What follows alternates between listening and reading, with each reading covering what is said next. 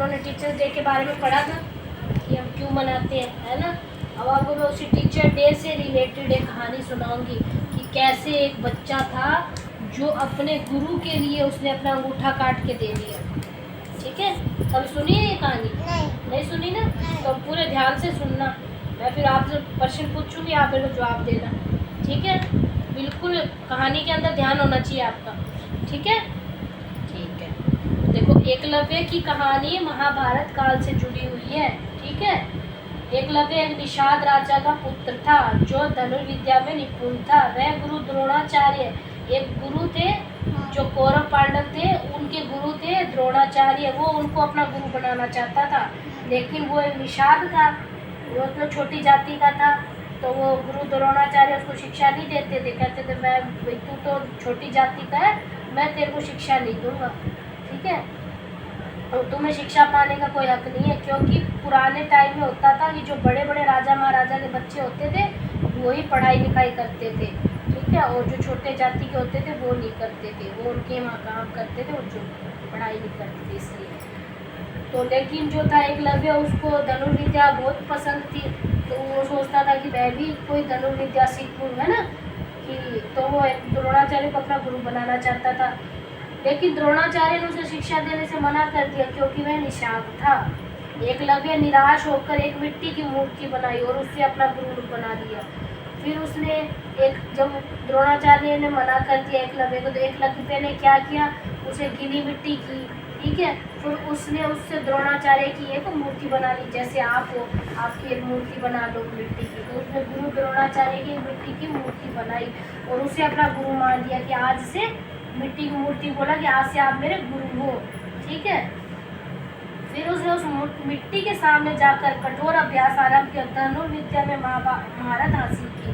फिर वो रोज आता, उस मिट्टी की मूर्ति के सामने आता और जो कुछ भी उसे आता था धनुर्विद्या में, वो उसके सामने, जैसे टीचर के सामने फिर पढ़ती है वैसे वो उसके सामने धनुष बांधकर अभ्यास करता था। और उसने उसमें खूब मेहनत करके वो खूब अच्छा बन गया, उसे सब कुछ आने लगे। ठीक है, द्रोणाचार्य के एकलव्य की अद्भुत क्षमता के बारे में पता चला तो वह उससे बहुत प्रभावित हुए। इस बात का जब द्रोणाचार्य को पता चला तो वो बहुत प्रभावित हुआ, भाई मैंने तो इसे सिखाया नहीं, तो इसको इतना अच्छा कैसे आ रहा है ना। फिर जब उसे पता चला, एकलव्य ने गुरु दक्षिणा के रूप में द्रोणाचार्य को अपना दाहिना अंगूठा दिया। फिर जब उसको पता चला द्रोणाचार्य को कि भाई मैंने तो इसे सिखाया नहीं, फिर इसने मेरी मूर्ति के सामने अभ्यास करके इतना कुछ सीख लिया, तो जिन बच्चों को मैं सिखा रहा हूँ वो तो कहेंगे कि भाई इनको तो फिर गुरु तो मेरे को फिर कोई मानेगा नहीं, मेरे को तो सब छोटा समझेंगे कि बिना इसके सिखाए भी ये इतना अच्छा सीख गया ये बच्चा। फिर उसने एक चाल चली, उसने बोला कि अब मैं तेरा गुरु हूँ तो तू मुझे दक्षिणा दे। गुरु दक्षिणा चलती थी पहले, जैसे आप अब पढ़ाई के लिए फीस देते हो ना, तो पहले भी कोई दक्षिणा चलती थी। अगर आपने वो चीज़ सीख ली तो आपको उसके बदले में दक्षिणा देनी पड़ती थी। ठीक है, तो उसने कहा मैं तेरा गुरु हूँ तो तुम मुझे दक्षिणा दो। फिर उसे गुरु दक्षिणा में उसने बोला कि गुरुजी आप जो भी मांगोगे मैं देने को तैयार हूँ। फिर उसने बोला कि मेरे को तेरे दाहिने हाथ का अंगूठा चाहिए। उसे दाहिने हाथ का अंगूठा इसलिए मांगा क्योंकि वो इसी दाहिने हाथ के अंगूठे से ही बाण चढ़ाता था अपने धनुष पे और उससे मारता था, है ना।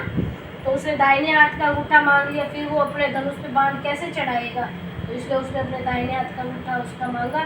तो उसने भी खुशी खुशी अपने दाहिने हाथ का अंगूठा, उसने चाकू लिया और अपने दाहिने हाथ का अंगूठा काट के अपने गुरु को दे दिया। ठीक है, और एकलव्य की कहानी फिर हमें क्या शिक्षा, और अपने ज्ञान और कौशल से अर्जुन को भी पराजित किया। द्रोणाचार्य ने एकलव्य की दक्षिणा स्वीकार कर ली और कहा कि वह अपने ज्ञान और कौशल से अर्जुन को भी पराजित कर सकता है। फिर गुरु ने उसको आशीर्वाद दिया। ठीक है, फिर एकलव्य की कहानी से हमें सिखाती है कि हमें अपने गुरु का सदैव सम्मान करना चाहिए, ज्ञान प्राप्त करने के लिए कड़ी मेहनत करनी चाहिए। ये हमें यह भी सिखाती है कि हमें अपने लक्ष्य को प्राप्त करने के लिए कभी भी हार नहीं माननी चाहिए। अगर हमने सोच लिया कि हमें अच्छे नंबरों से 90% लाने हैं तो हम पढ़ लिख के 90% ले ही आएंगे।